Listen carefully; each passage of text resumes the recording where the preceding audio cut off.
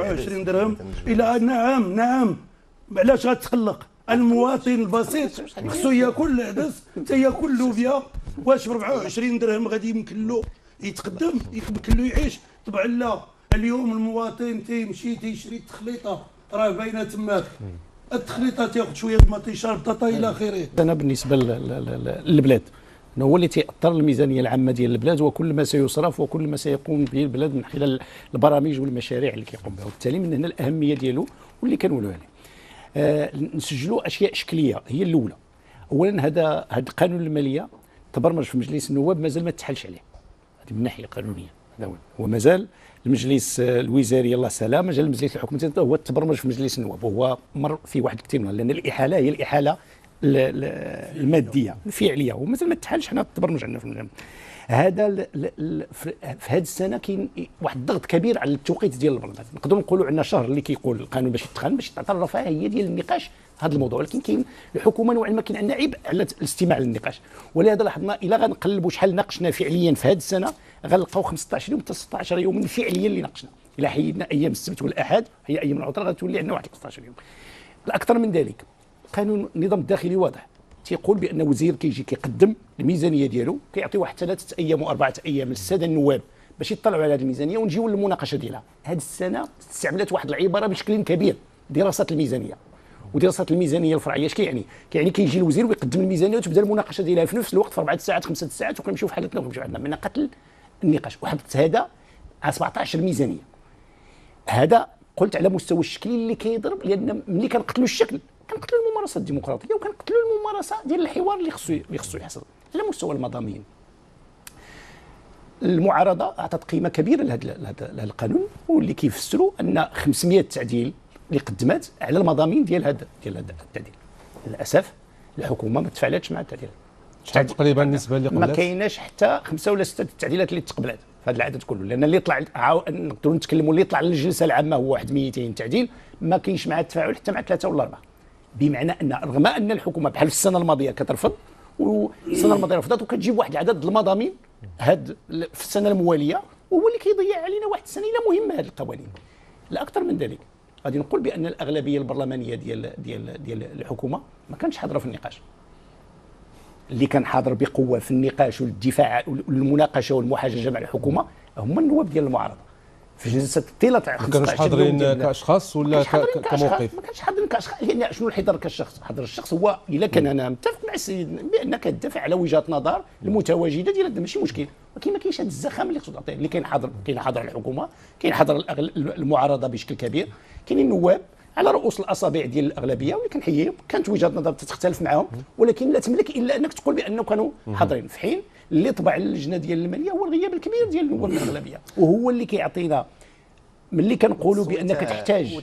اسمح لي كنقول بان الحكومه في نهايه المطاف النواب كيكونوا واجدين ملي بغى يصوتوا. صحيح السي العمراوي بان كان هذا التضييق على المعارضه وعدم الحضور. نعم، فاعتبر بان روح ديال الديمقراطيه ما كتعترفش بهذا المفهوم ديال الاستقواء ولا التغول، خاصه وان دراسه مشروع الميزانيه وهو واحد اللحظه دستوريه مهمه جدا واشتغلت عليه كل مكونات طبعا البرلمان حسب المواقع وعلى حسب الخلفيات والايديولوجيات.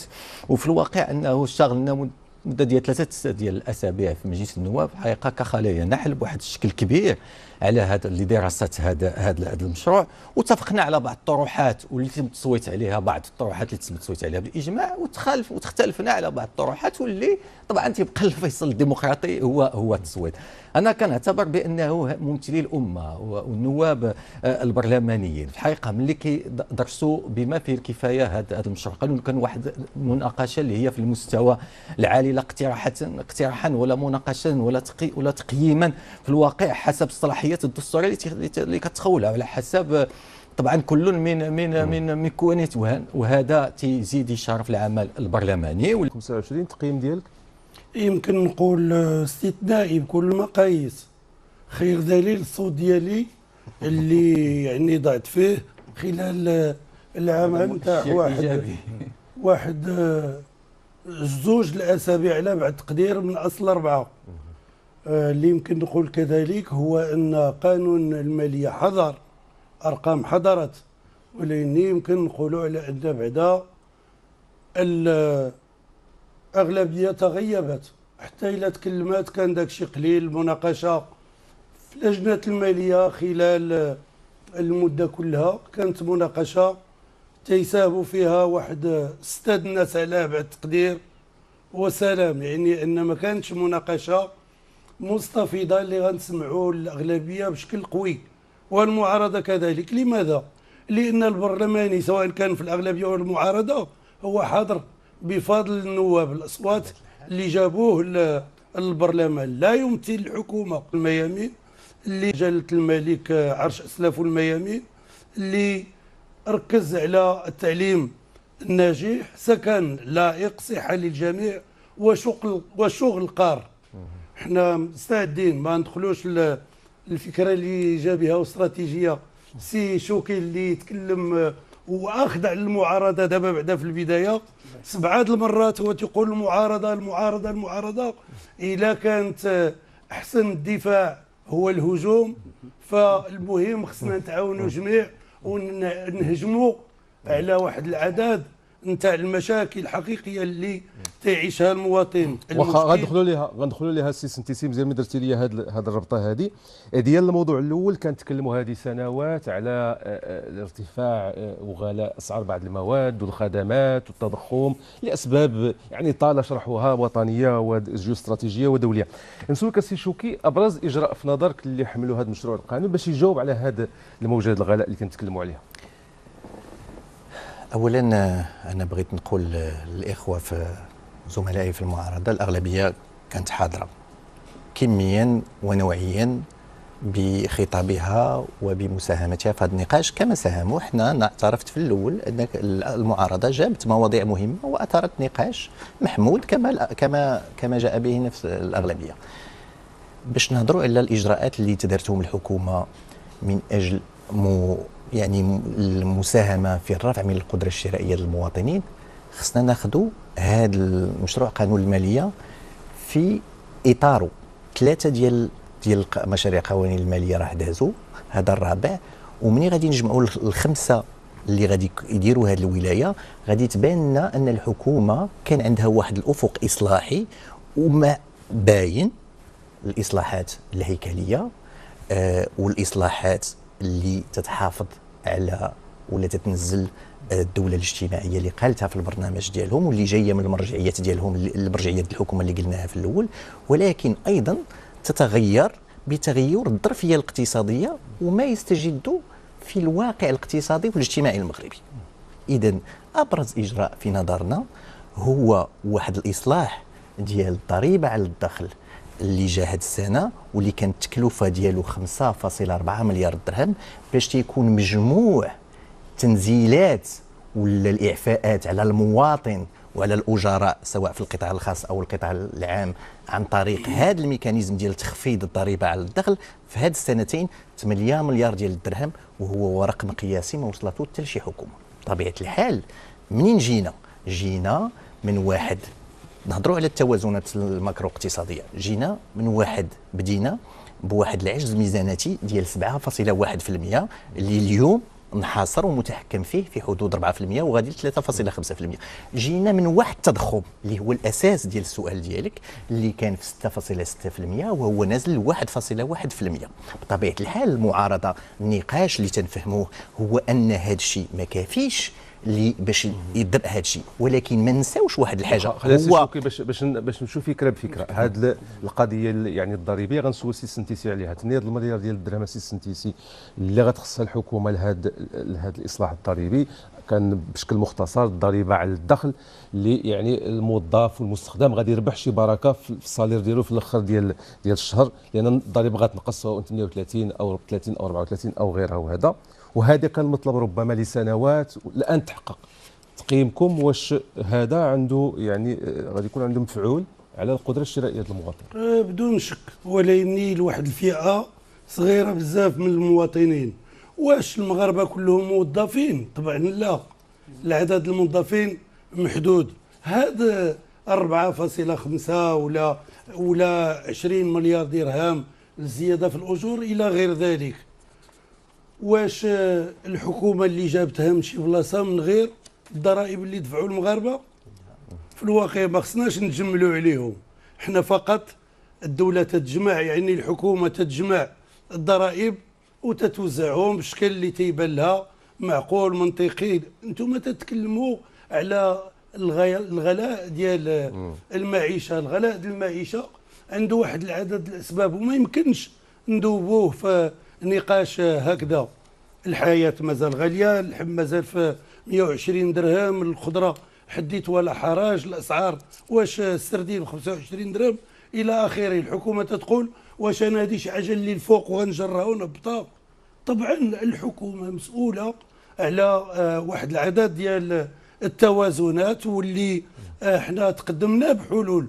للاسف حتى 4 التعديلات اللي تكلم عليهم السيد رئيس شاهد هي تعديلات شكليه، وفي الواقع انا نقول لكم التعديلات اللي تنتقدموا بها اللي تقدمنا بها العام اللي فات والعام اللي قبل جات هذه المره على شكل يعني اخذت بها الحكومه. نعم.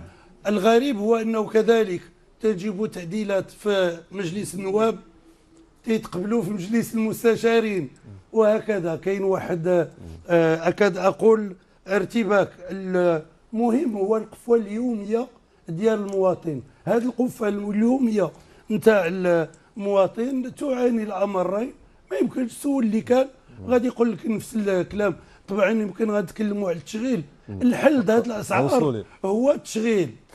كاين قبل ذلك واحد الاجراء اخر في مشروع قانون الماليه، واحد الرقم اللي غادي نشوفوه على الشاشه اللي هو الاعتمادات اللي خصتها الحكومه للمقصه اللي هي 16 مليار درهم، وكذلك خصت اعتمادات اخرى ديال الحوار الاجتماعي اللي فيه زيادات المرتقبه يعني في الاجور، اللي هي بواقع اعتمادات الحوار الاجتماعي بواقع 45 مليار ديال الدرهم كما كنلاحظ. 16 مليار ما عمرها ما نقصات، وفي 2012 كانت في 56 مليار درهم. واخا خلي السي العمراوي نشوف وجهه نظره في هذه ارقام.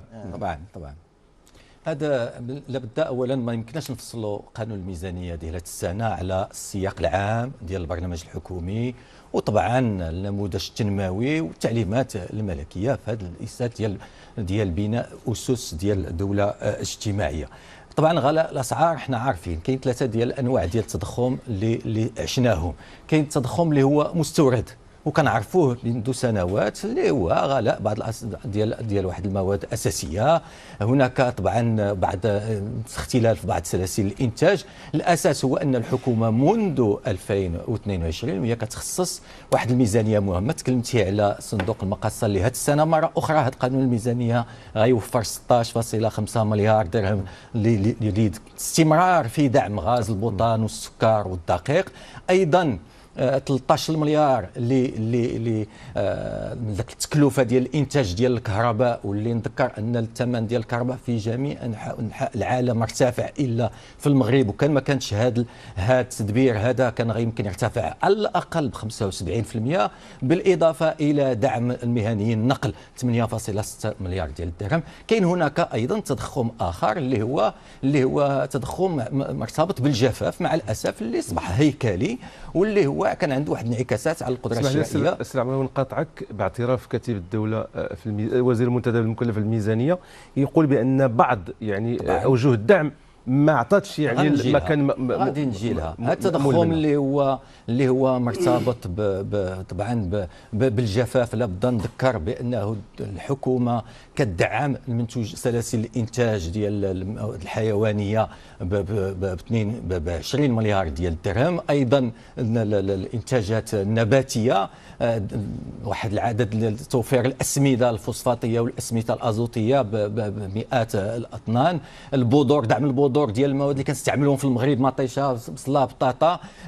ايضا دعم حتى ديال المنتجين 40 70 الف درهم الكتار بالنسبه للزراعه ديال الطماطم، 5000 درهم بالنسبه للكتار ديال البصله، 8000 حتى ل 15000 درهم البطاطا. هذا كله مهم جدا. وكاين ايضا لابد نقولها وهو واحد التضخم اللي مرتبط بواحد الجشع اللي الناس بعد ما استغلوا واحد هذه الظرفيه الحاليه باش يرفعوا من الهامش ديال الارباح ديالهم. والحكومه بحسن نيه جابت واحد الدعم اللي كان مهم، تبان بانه مهم، وهو دعم مثلا اللي وقع في اللحوم الحمراء، دعم الاستيراد ديال الاغنام بالنسبه لعيد الاضحى، وتبين الحكومه من بعد سنتين على انه كان محدود وما عطاش ذاك النتائج المتوخات. والحكومه اليوم وقفته وجابت عاوتاني الان اقتراحات اخرى. سي شاهد، هادو ملايير ديال الدراهم. يقول قائل كون ما كانش الاعتمادات كلها راه علم الله الاسعار ديالنا سواء ديال المواد الاستهلاكيه ديال النقل ديال غيرها، يعني الكهرباء كون عرفت يعني زيادات صاروخيه اكثر مما هو الان. نبغي ناكد اولا هذا القانون الماليه الرابع في هذه الحكومه، اذا باقي عندنا قانون ماليه واحد. اذا احنا في الوقت اللي بالامكان خص يكون تقييم الاداء ديال الحكومه شنو حققت للمغاربه. اليوم بعد 4 سنوات فين كانوا المغاربه في 2021 وفين كاين وضعهم اليوم؟ طبعا هذا هو السؤال اللي خصو يطرح. الان التقرير ديال اخر تقرير ديال المندوبيه الساميه للتخطيط كتقول بان 80% صرحوا بتدهور المستوى ديال المعيشه ديالهم. كتقول بان 97% صرحوا بان الاسعار خارج غلات زائد على اللزوم بالنسبه لهم ما قدم لهم. 53% من الاسر تصرح تدهور وضعيتها الماليه. 89% من المغاربه تيقول لك ما قديناش نخبيو الفلوس، الادخار ما بقيناش قادين له. اذا ها فين هذه الحكومه والاجراءات ديالها فين وصلت؟ علاش؟ الغلاء الا قلبنا له الغلاء، راه حنا بدينا في اللحوم اللحم كان ب 70 درهم للكيلو، اليوم هو 130 درهم. السردين راه كان في 6 درهم 4 درهم، اليوم راه هو 25 درهم. كل انواع القطاري اللي كاين المغاربه، العدس، اللوبيا وغيرها وغيرها وغيرها كلها. زيت الزيتون اللي المغاربه كينتجوا 800 درهم اللي كانت منتوج ديال المغاربه. في هذه الحكومه الهندي اللي كان منتوج ديال المغاربه تياكلوه في كل لحظه تخضط عليه جوده وما قداش الحكومه انها توجه. واش هاد الزيادات بسبب الحكومه ولا بعوامل اخرى؟ مزيان، الحكومه موجوده باش تواجه العوامل الاخرى وتتواجه. الا ما كايناش الحكومه باش تواجه، الحكومه دابا كتبرر. الى هذه الحكومه محتاجين الحكومه السياسيه اللي بتبقى تعود تبرر لنا علاش هذا الشيء كاين. راه اليوم ما كاينش. اكثر من ذلك كاين جوج الحاجات. كاين المن، كل مره تلمنوا على المغاربه باننا راه درنا لكم هذا الاجراء، وكان ما درنا لكم هذا الاجراء راكم غادي تكونوا في هذا الوضع. الجزء الثاني ما كاينش هذا المن، هو اسمح لي الجزء الثاني اليوم هنا فين كتبان السياسه. حنا مشينا للاستيراد، كل اللي كيدعم الان هو الاستيراد. شكون اللي كيدعم في الاستيراد؟ واحد الفئه واللي نقدر نسميه بلغه واضحه لوبي اللي كيستافد من عمليات الاستيراد في كل مدى. كل ما فتحنا باب ديال الاستيراد ديال الحبوب ديال اللحوم ديال الزيوت، اليوم بغينا نفتحوا الزيوت، بغينا نفتحوا العسل باش ندمروا واحد الكتله مغربيه كتنتج في الفلاحه بنفتحوا العسل. هذا تصادق عليه شكون صادق على هذا التعديل؟ بعدا جبتوا الاغلبيه وتصادق عليه للاسف ولصالح فئه معينه محدده دقيقه باش ندمر الاطراف. فملي كنمشيو بهذه العمليه كنقولوا اليوم كنديروا اللحوم باعتراف الحكومه كيقول لك دعمنا السنه الماضيه استيراد اللحوم وما عطاتش النتائج. دعمنا سي اللحوم 8 المليار الدرهم. شوف شنو هي 8 المليار الدرهم. قبلنا عندك في الحلقه الماضيه سي جامع وقلنا نتائج الفيضانات في الجنوب الشرقي كلها عطيناها 2 المليار ونص. وواحد المجموعه ديال الناس اللي بغاو يديروا الاستيراد اللي في نهايه المطاف جابوا، لا اسمح لي خلي شوقي يجاوب على هذه النقطه غير نصف دقيقه. نجم هاد الاخوان جابوا اللحوم، استوردوا الخرفان، استوردوا العجول، استوردوا كلهم وخلاوهم في الضيعات ديالهم في الاسطبلات ديالهم وما مشاوش للسوق. سي شوقي هذا الشيء صحيح؟ واخا اولا بغيت نقول هذا هو نوع الخطاب اللي ما بغيناش، اللي فيه نوع ماشي الصراحه، خصنا نقولوا الواقع.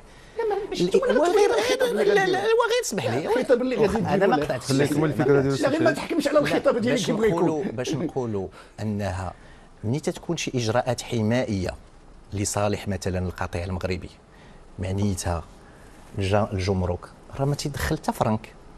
مني تنحيدوا هذه الاجراءات الحمائيه اما عن طريق ان الدوله تحمل الضريبه على القيمه المضافه الاجراءات السنه الماضيه ولا تلغيها هذه السنه، ماشي معنيتها ان تكلفات للدوله لانها ما كانت اساسا ما تتحصل على والو.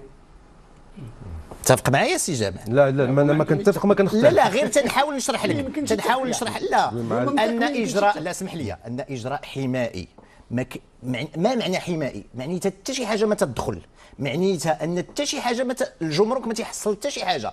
نهار تنعفيو هذاك الاجراء الحمائي باش نعاونوا القطيع انه يعاود يتوالد، تنقولوا ضيع خسرنا 8 المليار. هذا غير صحيح. هذا هو الشيء. الادخار المغربي واش حق سي شهيد الادخار المغربي بخير. مجموع الادخار الوطني هو 670 مليار ديال الدرهم.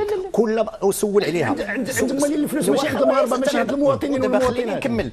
كتوجه لي الخطاب كنجاوب. انا تنقول لك هذا اننا شنو كان تيقول السيد الرئيس المحترم، هو ان المغاربه صرحوا قالوا في المؤشرات هذه مؤشرات انطباعيه وحقيقيه. احنا ما تنتهربوش من الغلاء، الغلاء واقع كاين، ولكن باش تقولوا الحكومه وقفت عاجزه، لا، الحكومه تدير اجراءات، تدير هندسه وشيء وحاجه بحاجه تتبان. الله يخليك، بغيت نهضر على واحد الاجراء. الا كان شي جماعه خصو التوقيت يكون الاغلبيه تنأى عن نفسها انها تكون تتشرع لنفسها. الا كان شي اجراء ديال الجمرك ما تفهمش في واحد القطاع، حنا نصوتوا ضده في القراءه الثانيه. نتمنى لا، هذا التزام قدام المواطنين. الا كان تتكلم عليه، الا كان هذا الاجراء تبين، حيت كان كلام على انه شي واحد كاع ماشي تالوبي، ماشي غير واحد شخص. نقول لك الا كان حنا التفسير اللي كان عندنا ان كاين واحد المجموعه اللي كاين واحد القيمه مضافه في هذه العمليه، حنا ننأى عن نفسنا ان نشرع على نفسنا. والا كان هذا الاجراء اتضح انه يخدم مصلحه جزء بسيط من الكتله الاقتصاديه ديال هذا الشيء، حنا غادي نصوتوا ضده. وهذا الالتزام تنقدموا امام المواطنين. الكلمه قبل القايه على شي نقطه. خلي سي شهيد الله يخليك. حنا مجتمعين اليوم باش نوصلوا للمواطن واحد المجموعه نتاع يعني المعطيات. الا بقينا تنتكلموا بالملاير، دراهم وارقام خياليه، واحد الفلسفه معينه، المواطن ما غادي يستافدش، ما غادي يفهمش، وما غادي نتقدموش. انا تنظن كذلك ان السياق العام اللي تنتكلموا عليه وهذا الشيء هذا كله غير مقبول وغير مفهوم. واش دابا العدس ب 20 درهم، اللوبيا ب 24 درهم؟ الى نعم علاش غتقلق؟ المواطن البسيط خصو ياكل العدس تياكل اللوبيا. واش ب 24 درهم غادي يمكن له يتقدم، يمكن له يعيش؟ طبعا لا. اليوم المواطن تيمشي تيشري التخليطه، راه باينه تماك. التخليطه تاخذ شويه مطيشه بطاطا الى اخره. كاين اللي تيشريو زمان كانوا تيجيبوا العظومات يديروهم في الصوبه باش تعطي واحد النغمه. دابا ولاو الناس تيديروا في الطاجين العظم. ماشي غادي نقولوا كل شيء وغادي نقولوا بان المغاربه بالجوع، حاشا لله. وما تنقولوش بان الحكومه ما دارت والو. صحيح كاين واحد العدد الاجراءات اللي ما يمكن نقولوا الا انهم مزيانين. هاد في اللحم المهنيين كيقولوا لنا راه اللحم غادي يرجع ل 80 85 درهم. لا، هذاك بعد اللحم اللي غادي يستوردوا اللي سمعت انا من المهنيين. يا اخي هذا نقاش ومازال ما كاينش. اليوم الخزينه نتاع الدوله دارت 45 مليار بالنسبه لهذا الموضوع ديال الاستيراد. 45 مليار لو كانت تفرقات على الكسابه باش يحيوا. كيفاش هاد 45 مليار اسيدي؟ غير فهمني كيفاش 45 مليار؟ يمكن ما كنتش معاكم. ما كنتش يمكن ما كنتش ما تقاطعنيش الله يخليك. الاجراءات اللي دارت عبر الاعفاءات فوتات على الخزينه لو كان استوردوا. وخليني الله يخليك كمل. اذا هاد الفلوس لو كان تقسموا كنت حل مشكل الكسابه وعودوا خلقوا القطيع ديالهم من جديد. نعطيك مثال بسيط. اليوم قانون الاستثمار، الى درتي استثمار ب 5 المليار الدوله تتعاونك في تين غير مثلا تتعاونك 1.5 مليار. شكون اللي عنده 5 المليار بعدا؟ ولكن الحكومه عجزات على اخذ الوقت باش تخرج مرسوم المقاوله الصغيره وتستافد. علاش ما كان هذا القانون؟ وهذا هو اللي طلبنا في ذاك الوقت، يبقى ينتظر ويجي المرسوم ويستافدوا الناس. الو نعطيك رقم لان الاخر بان لك غريب. محيت الدوله تتعاون واحد المقاول طبعا كبير 1.5 مليار، خصو يخلق فقط 50 فرصة عمل. قرا القانون. إلا قسمتي 50 ولا مليار 150 على 150 50 اسيدي. 150 ايوا راه المشاهدين لا 150 150 اساسا 150 يلا شحال المهم 50 ولكن شوف الاستراتيجيه ديالك ما خداماش وما نوصلوش للمواطن اللي خصنا نوصلوا. هاد الفلوس اللي تعطاو في حدود 150 200 الف درهم كون عطاوها لكل واحد من هذوك الناس ويديروا المقاوله ديالهم من راسهم. هاد الفلوس لو كان بدينا من المقاوله الصغيره عرفتوا علاش؟ وهذه امور معروفه، العالم كله خدام بالمقاوله الصغيره، وكل ما صغرت المقاوله كل ما نقصلوا التجهيزات والمكننه كل ما تزادوا فرص الشغل. هذا هو المشكل. دابا علاش ما خرجش المرسوم المتعلق بالمقاوله الصغيره؟ وهذا مشكل. ايوا سيدي نوقفوا كل شيء ونخرجوا. سي العمراوي، ملايير الدراهم من جهه وتساؤلات على الامباكت من جهه اخرى. تساؤلات موضوعيه وعاديه. غير حنا هنايا اليوم تنتكلموا على شنو جابت هذه الحكومه في هذا القانون الميزانيه، فهمتي؟ وخصنا نبلغوا رساله يعرفوا اولا المواطنين شنو كاين. تكلمتي قبيله على الحوار الاجتماعي مثلا، الحوار الاجتماعي اللي تنذكر بانه عاوتاني انطلق من جديد مع هذه الحكومه من بعد ما كان ايجابي في عهد عباس الفاسي وتجمد لواحد المده طويله، واليوم انطلق بواحد الشكل كبير. واليوم الحكومه كتلتزم مازال ملتزمه بتنزيل ذاك الاتفاقات اللي دارت.